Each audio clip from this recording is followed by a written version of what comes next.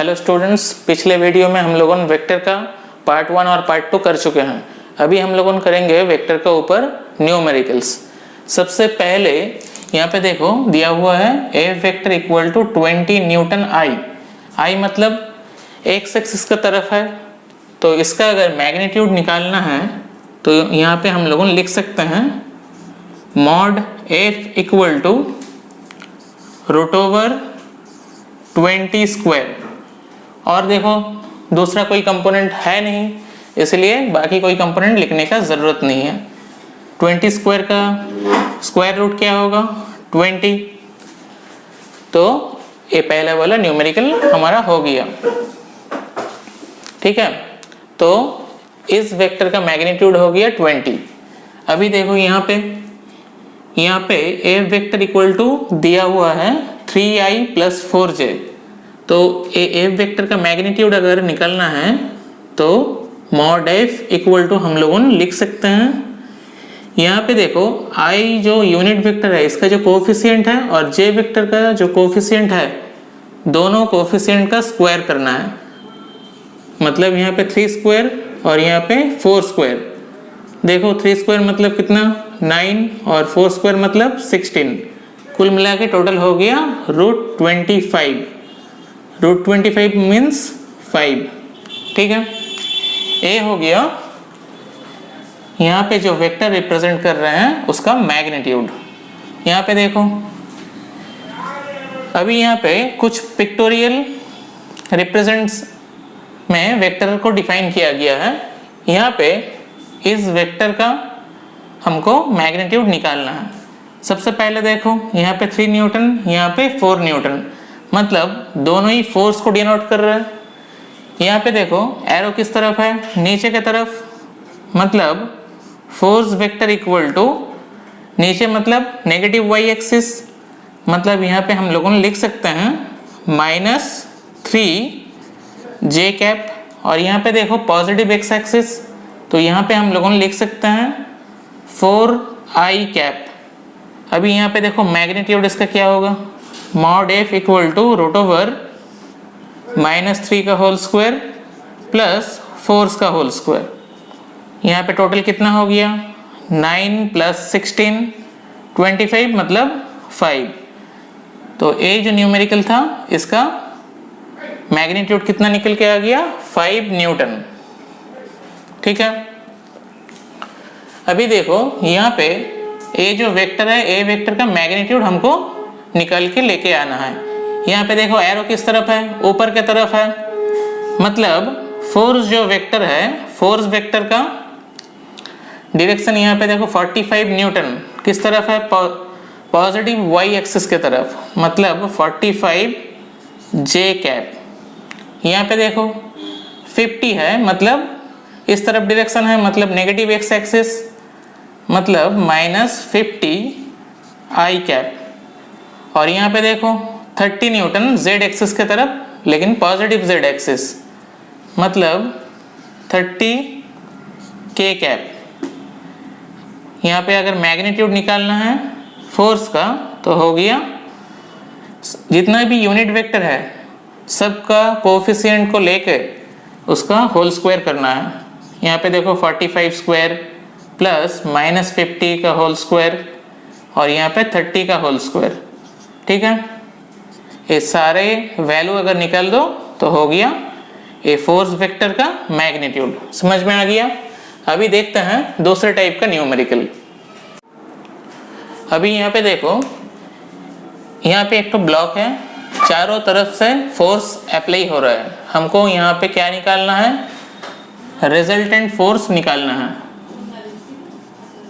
Resultant force find out करना है। ठीक है, यहाँ पे देखो हॉरिजॉन्टल, यहाँ पे देखो 10 Newton force towards positive x direction और यहाँ पे देखो 6 Newton force towards negative x direction.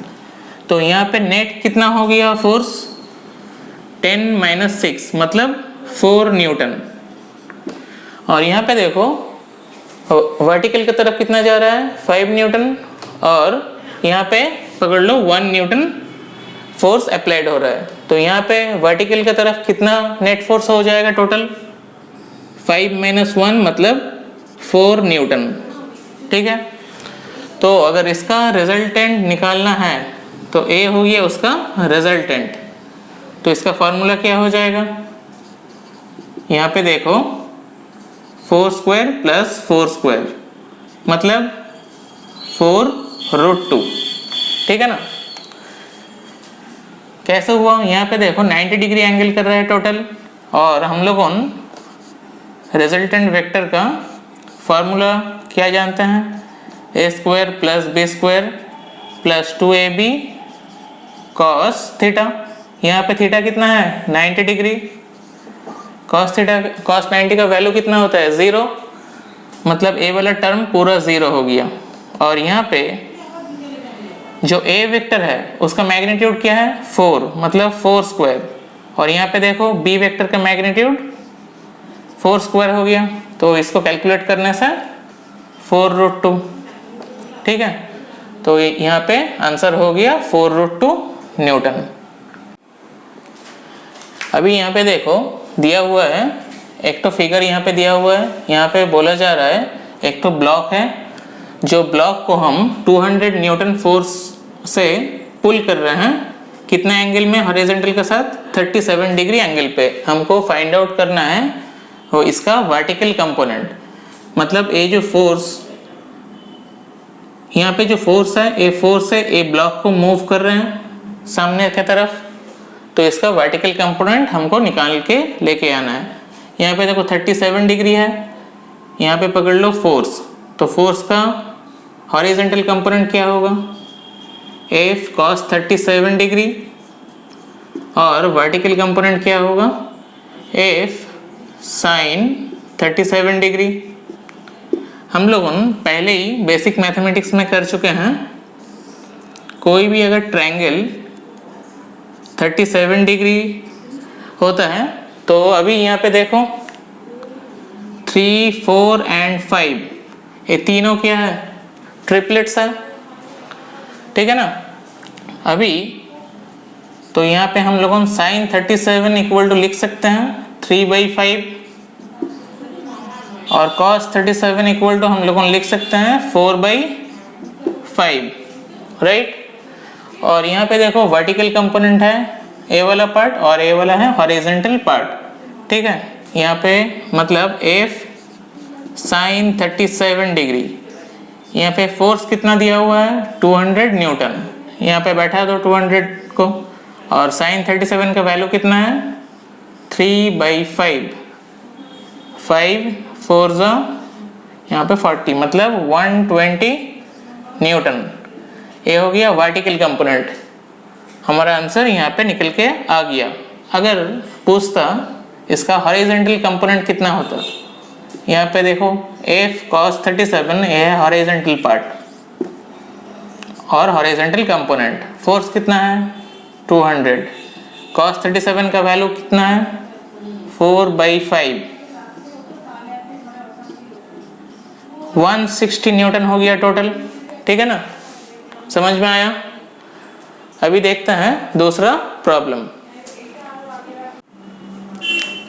यहाँ पे अभी हम लोगों को देखना है, यहाँ पे देखो वेक्टर A है और यहाँ पे वेक्टर B, हम लोगों को निकालना है angle between this two vectors.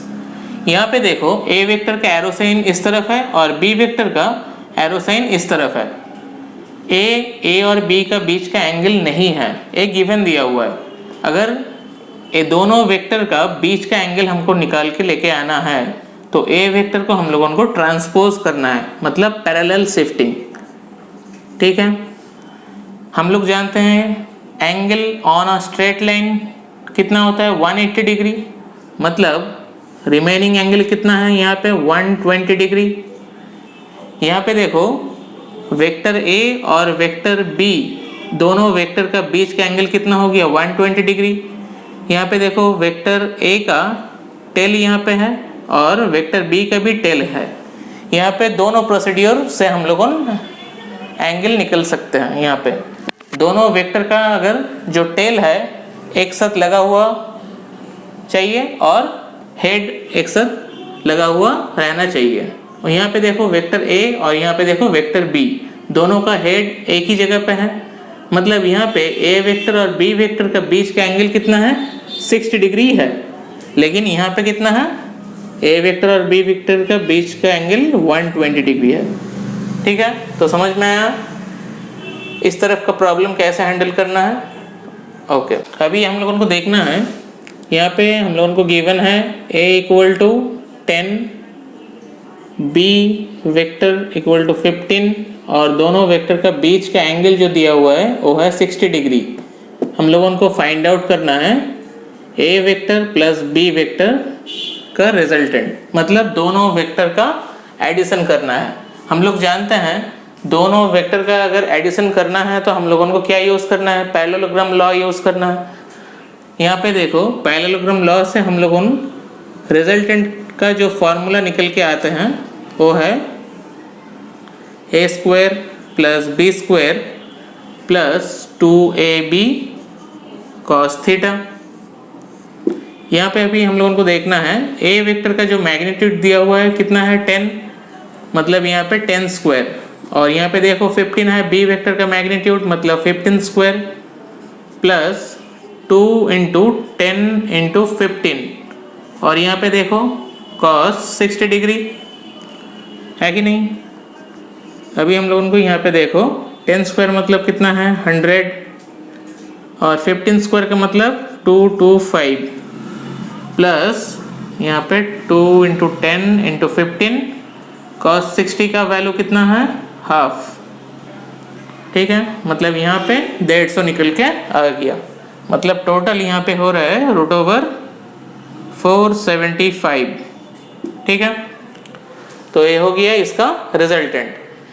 ए वाला जो सम है हम लोगों ने ये तो फार्मूला से किया, विदाउट फार्मूला भी हम लोगों कर सकते हैं। कैसे समझ, बी वेक्टर यहाँ पे कितना है 15 और ए वेक्टर कितना है यहाँ पे 10, दोनों का बीच का एंगल कितना है 60 डिग्री। अभी जो ए वेक्टर है इसको कंपोनेंट में तोड़ना है, कंपोनेंट में तोड़ने से जो हॉरिजॉन्टल पार्ट हो कितना हो गया 10 cos 60 और जो वर्टिकल पार्ट है वो हो गया 10 sin 60। ठीक है ना, और यहाँ पे cos 60 का वैल्यू कितना है हाफ, मतलब हो गया 5, और यहाँ पे देखो 10 इंटू sin 60 का वैल्यू है √3/2, मतलब यहाँ पे हो गया 5√3, और यहाँ पे कितना हो गया b का था 15 और a का हॉरिजॉन्टल कंपोनेंट का कितना निकल के आया 5, मतलब टोटल यहाँ पे हो गया हॉरिजॉन्टल में 20 और यहाँ पे कितना हो गया वर्टिकल में 5√3। अगर रिजल्टेंट क्या होगा, दोनों का बीच का जो निकल के आएगा वही है रिजल्टेंट, मतलब यहाँ पे r इक्वल टू हो गया 20 स्क्वायर प्लस 5√3 का होल स्क्वायर। तो यहाँ पे 20 स्क्वायर कितना 400 और 5√3 का स्क्वायर कितना है 75, मतलब हो गया टोटल √475। ये वाला ज़्यादा आसान है फॉर्मूला से। ठीक है ना, अभी हम लोग दोनों वेक्टर का सब्सट्रैक्शन देखेंगे। ठीक है ना, मतलब यहाँ पे a प्लस बी का जगह पे यहाँ पे हम लोगों को देखना है a माइनस बी। ठीक है, मतलब दोनों वेक्टर का सब्सट्रैक्शन। हम a माइनस बी को ऐसे भी लिख सकते हैं a प्लस माइनस बी। ठीक है ना, पहले हम लोगों फार्मूला से देखते हैं, जो रिजल्टेंट जो वेक्टर का फार्मूला है √a square plus b square plus 2ab cos theta. ठीक है, यहाँ पे पहले देखो b वेक्टर कितना है 15 और यहाँ पे देखो a वेक्टर कितना है 10, दोनों का बीच का एंगल कितना है 60 डिग्री। लेकिन हमको b वेक्टर नहीं चाहिए, हमको चाहिए माइनस b वेक्टर, मतलब उसका डायरेक्शन ऑपोजिट की तरफ होगा। ठीक है, मतलब ए वाला जो एंगल हो गया ये कितना हो गया 120 डिग्री, ठीक है ना। अभी यहाँ पे बैठा दो, a का वैल्यू कितना है 10 स्क्वायर, b का वैल्यू है 15 square plus 2 into 10 into 15 cos 120 degree, right, ठीक है। यहाँ पे अभी देखना है 10 स्क्वायर कितना 100, 15 स्क्वायर 2 to 5, यहाँ पे cos 120 का वैल्यू जो है वो कितना है -12, ठीक है। यहाँ पे देखो माइनस माइनस कैंसिल हो गया, तो यहाँ पे टोटल कितना हो गया 325 और यहाँ पे -150, मतलब कुल मिला के हो गया 175, ठीक है। हो गया दोनों वेक्टर का सब्सट्रैक्शन। यहाँ पे हम लोगों कंपोनेंट ब्रेक करके भी ये कर सकते थे, ठीक है ना। देखो अभी हम लोगों को देखना है mod a plus b equal to a minus b। ए हम लोगों को गिवन दिया हुआ है, हम लोगों को निकालना है find the angle between a and b, right. अभी ये वाला कैसे करना है, देखो यहाँ पे सपोज b वेक्टर है और यहाँ पे a वेक्टर है, दोनों का बीच का एंगल कितना है थीटा। अगर दोनों वेक्टर को हमको ऐड करना है तो यहाँ पे हम लोगों फॉर्मूला यूज कर सकते हैं, क्या a square plus b square plus 2ab cos theta. यहाँ पे कोई दिक्कत नहीं है, लेकिन यहाँ पे देखो a plus b equal to a minus b, मतलब दोनों का मैग्नीट्यूड सेम है। माइनस बी मतलब b वेक्टर तो इस तरफ है और a वेक्टर इस तरफ है, दोनों का बीच का एंगल कितना है थीटा, और माइनस b वेक्टर मतलब इस तरफ, तो यहाँ पे एंगल कितना हो गया पाई माइनस थीटा, राइट। तो यहाँ पे सब्सट्रैक्शन का जो मैग्नीट्यूड होगा वो होगा a square plus b square plus 2ab cos pi minus theta, right. यहाँ पे देखो दोनों तरफ अगर स्क्वायरिंग किया जाए, यहाँ पे a square plus b square plus 2ab cos theta, right. और यहाँ पे देखो a square plus b square plus यहाँ पे लेकिन माइनस होगा, क्यों, cos पाई माइनस थीटा का वैल्यू कितना होता है माइनस cos थीटा, मतलब माइनस 2ab cos थीटा। यहाँ पे देखो a स्क्वायर कैंसिल हो गया, यहाँ पे देखो b स्क्वायर कैंसिल, इसको पूरा इस तरफ लेके आ जाओ, तो पूरा इस तरफ लेके आ जाने से कितना हो जाएगा यहाँ पे 4ab cos थीटा, तो यहाँ पे कितना हो गया 0, मतलब cos थीटा इक्वल टू कितना 0। तो cos थीटा अगर 0 होता है कब, जब थीटा 90 डिग्री होता है, तो we can say theta equal to 90 degree, मतलब दोनों वेक्टर का बीच का एंगल कितना होगा 90 डिग्री, ठीक है। मतलब ऐसे प्लस के लिए होगा अगर ये b वेक्टर और a वेक्टर हो, प्लस के लिए होगा ऐसे, और माइनस के लिए होगा इसका ऑपोजिट में, ठीक है ना। समझ में आया। देखो दोनों वेक्टर का बीच का एंगल कितना हो गया 90 डिग्री, तभी हम लोगों बोल सकते हैं mod a plus b equal to mod a minus b, ठीक है, समझ में आया। अभी हम लोगों को देखना है दोनों वेक्टर यहाँ पे दिया हुआ है, a vector equal to 2i plus 2j plus 3k, और b वेक्टर यहाँ पे दिया हुआ है 4i plus 3j plus 4k। दोनों वेक्टर का मल्टीप्लिकेशन करना है। कौन सा मल्टीप्लिकेशन, डॉट प्रोडक्ट करना है, ठीक है। तो डॉट प्रोडक्ट कैसे करना है अभी हम लोगों देखेंगे। a वेक्टर का वैल्यू यहाँ पे बैठाओ 2i plus 2j plus 3k, cap तुम लोगों ने बैठा लेना खुद से, 4i plus 3j plus 4k, ठीक है ना। अभी देखना है यहाँ पे देखो 2 इंटू 4 मतलब 8, i डॉट आई क्या होता है 1, ठीक है ना, और i डॉट जे क्या होता है 0, और i डॉट के होता है क्या ए भी 0, ठीक है ना। डॉट प्रोडक्ट में याद है ना, i डॉट आई क्या होता है 1, i डॉट जे कितना होता है 0, i डॉट के कितना होता है वो भी 0 होता है ना। तो पहला टर्म हमारा हो गया। अभी देखना है दूसरा टर्म, प्लस j के साथ i मल्टीप्लाई करने से क्या होता है 0, तो यहाँ पे ये लिखने का कोई ज़रूरत नहीं है। यहाँ पे देखो 2 और 3 है मतलब हो गया 6, j और j मल्टीप्लाई करने से 1 होता है, ठीक है ना। डॉट प्रोडक्ट के जो रूल है j डॉट j कितना होता है 1, और यहाँ पे देखो 3k, यहाँ पे i है मतलब 0 होगा, यहाँ पे j है a भी 0 होगा, लेकिन यहाँ पे k है मतलब कितना होगा 12। हम लोग जानते हैं k डॉट k कितना होता है 1, तो टोटल हमारा हो गया 26।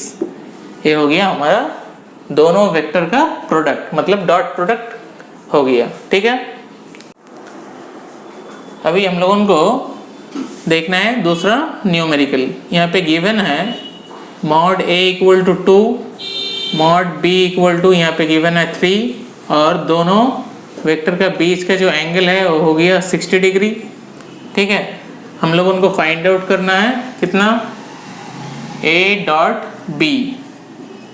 हम लोग जानते हैं a डॉट b का फॉर्मूला क्या होता है ए बी कॉस थीटा। यहाँ पे a मतलब क्या है ओनली मैग्नीट्यूड कितना दिया हुआ है 2, और b का मैग्नीट्यूड कितना दिया हुआ है 3, ठीक है ना। और कॉस यहाँ पे थीटा कितना दिया हुआ है 60 मतलब कॉस 60, कॉस 60 का वैल्यू कितना है हाफ, तो हो गया कुल मिला के 3 आंसर, ठीक है ना। यहाँ पे देखो दिया हुआ है a particle moves from the position, यहाँ पे देखो r1 कितना दिया हुआ है 2i plus 3j minus 4k to a position r2 4i plus 2j plus 2k under the action of the force. यहाँ पे एक तो वेक्टर दिया हुआ है, calculate the work done if position in meter, मतलब हमको निकालना है वर्क डन, ठीक है। वर्क डन का फॉर्मूला हम लोगों ने क्या जानते हैं, वर्क डन का जो फॉर्मूला होता है फोर्स इनटू डिस्प्लेसमेंट, ठीक है। दोनों ही वेक्टर है लेकिन वेक्टर का क्या है डॉट प्रोडक्ट है, ठीक है ना। तो यहाँ पे हम लोगों को पता चल रहा है यहाँ पे हम लोगों को डॉट प्रोडक्ट करना है। यहाँ पे फोर्स देखो गिवन है और यहाँ पे हम लोगों को पोजीशन वेक्टर दिया हुआ है मतलब यहाँ से डिस्प्लेसमेंट निकालना है। तो पहले डिस्प्लेसमेंट निकालो, r2 vector minus r1 vector.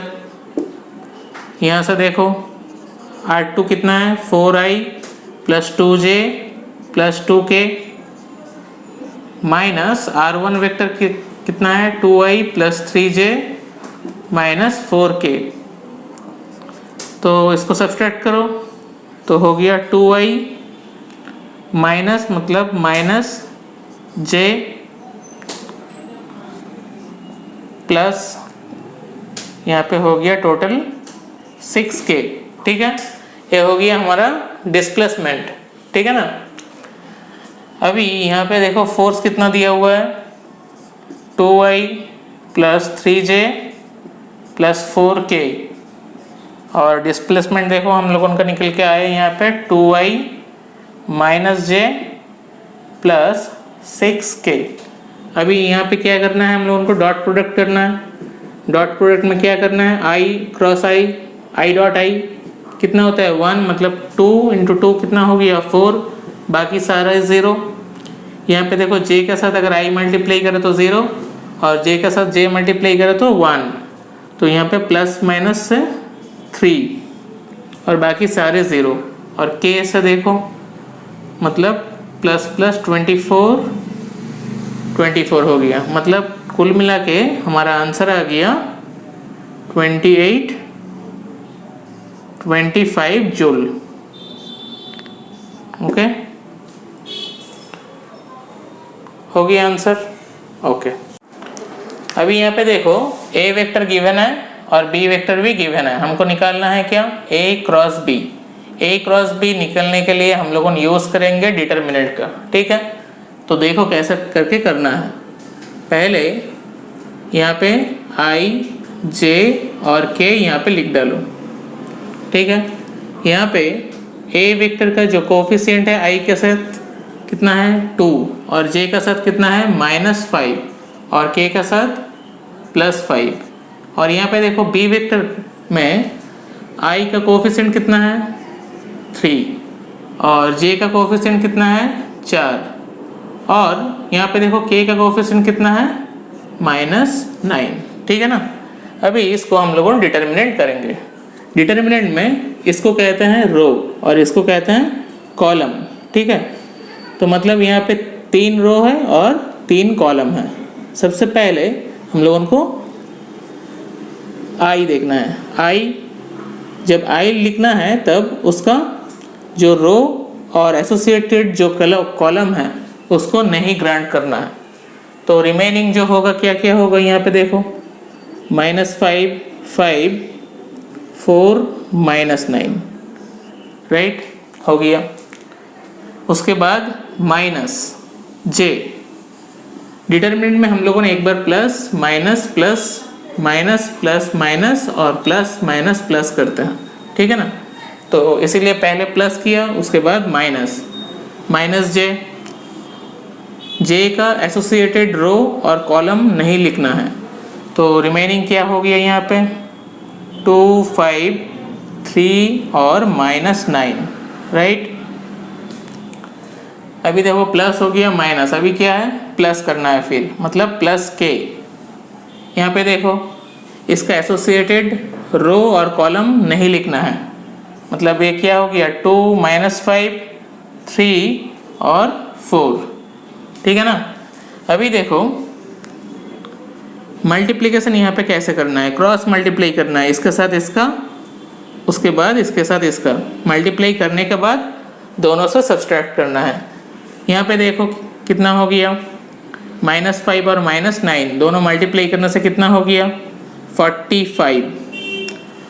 Minus यहाँ पे देखो 4 और 5 मल्टीप्लाई करने से कितना हो गया 20 हो गया यहाँ पे।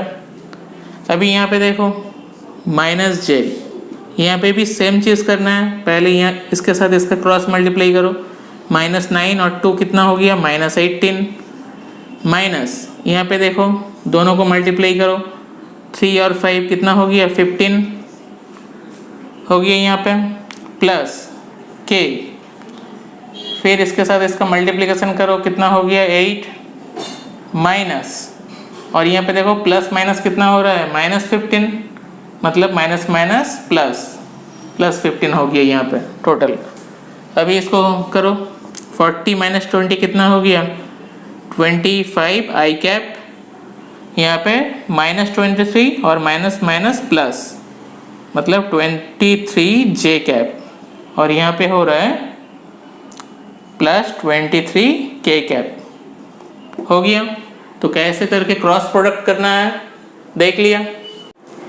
यहाँ पे अभी देखो यहाँ पे दिया हुआ है a + b के साथ a - b का डॉट प्रोडक्ट करना है। ठीक है, तो इसको सिंपल से करना है, a के साथ a मल्टीप्लाई करो। पहले सिंपल तरीके से देखते हैं, ठीक है ना। a +- a vector multiply b vector, right. अभी इसके साथ इसका मल्टीप्लिकेशन मतलब plus b vector dot a vector +-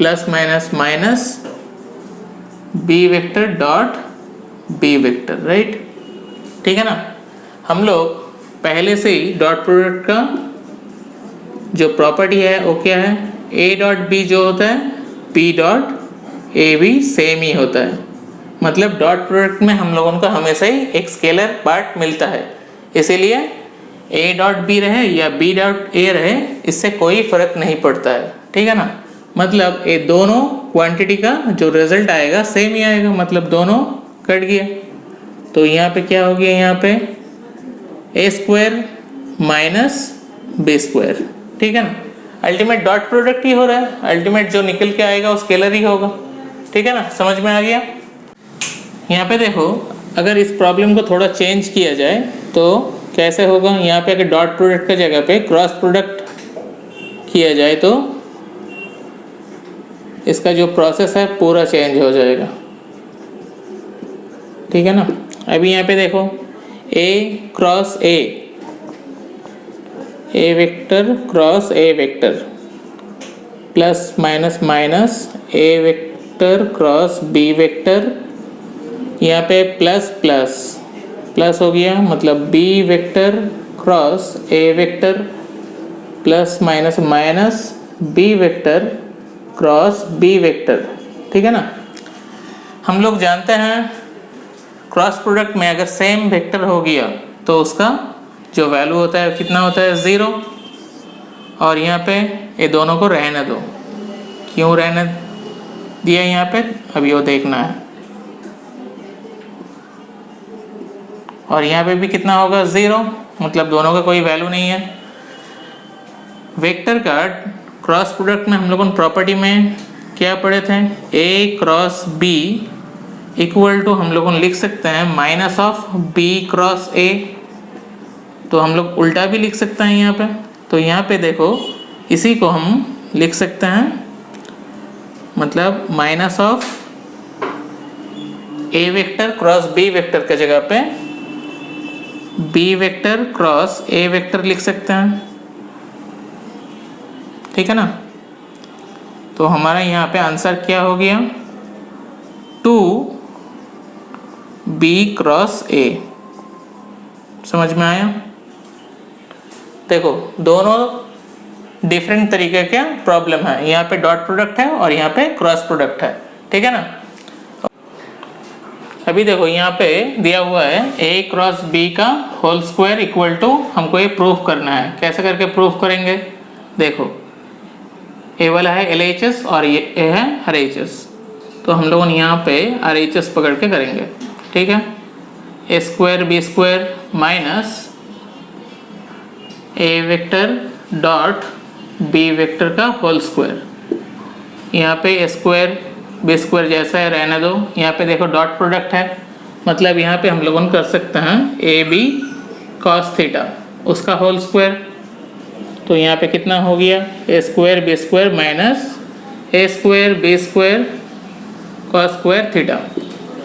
यहाँ से ए स्क्वायर और बी स्क्वायर को कॉमन ले लो, तो यहाँ पे हो गया 1 minus cos square theta. 1 minus cos square theta मतलब क्या है, साइन स्क्वायर थीटा, ठीक है। इसको हम लोग लिख सकते हैं ए बी साइन थीटा का whole square. A b sine theta कैसा करके आता है, जब दोनों वेक्टर का क्रॉस प्रोडक्ट होता है। देखो यहाँ पे हो गया, सो हमारा प्रूव हो गया LHS इक्वल टू RHS, ठीक है ना। देखो यहाँ पे प्रॉब्लम दिया हुआ है, a scooter going due east at 10 metre per second. Okay, पहले देखो एक स्कूटर मूव कर रहा है ईस्ट की तरफ, मतलब पॉजिटिव एक्स एक्सिस की तरफ, कितने में, 10 मीटर पर सेकेंड में, ठीक है। Turns right through an angle of 90 degree, मतलब राइट टर्न लिया 90 डिग्री में विद द सेम स्पीड, ठीक है। हमको निकालना है the change in velocity of the scooter. तो ए हो गया हमारा इनिशियल वेलोसिटी और ए हो गया हमारा फाइनल वेलोसिटी। तो यहाँ पे हम लोग लिख सकते हैं इनिशियल वेलोसिटी कितना है, 10 आई कैप पॉजिटिव एक्स एक्सिस की तरफ, मतलब 10 आई कैप। यहाँ पे देखो नेगेटिव वाई एक्सिस की तरफ, मतलब फाइनल वेलोसिटी कितना है, -10 जे कैप, ठीक है ना।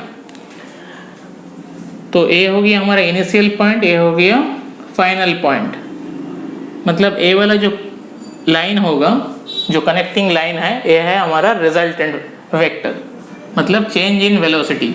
यहाँ पे देखो दोनों का डायरेक्शन सेम है, जो रिजल्टेंट होगा उसका डायरेक्शन क्या होगा, इसका ऑपोजिट में, ठीक है।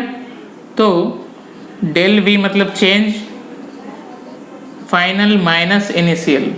यहाँ पे देखो फाइनल कितना हो रहा है, -10j -10i, ये हो गया चेंज इन वेक्टर। हमको इसका मैग्नीट्यूड निकालना है, मतलब डेल वी का मैग्नीट्यूड। यहाँ पे देखो रूट ओवर ऑफ इसका कोफिशिएंट कितना है j का -10, सो -10 का होल स्क्वायर। यहाँ पे देखो i का जो कोफिशिएंट है वो कितना है -10, तो ये हो गया टोटल हमारा 100 + 100 मतलब 200, 200 मतलब 10√2। तो ये हो गया हमारा the change in velocity of the scooter. समझ में आया। और डायरेक्शन किसकी तरफ, साउथ वेस्ट। कैसे करके साउथ वेस्ट, देखो यहाँ से यहाँ तक मूव कर रहा है, और हम लोगों ने पहले ही कर चुके हैं। साउथ वेस्ट का मतलब क्या है, फ्रॉम वेस्ट टू साउथ, ठीक है। इसका मतलब है ए, मतलब इसका डायरेक्शन होगा साउथ वेस्ट में। क्लियर।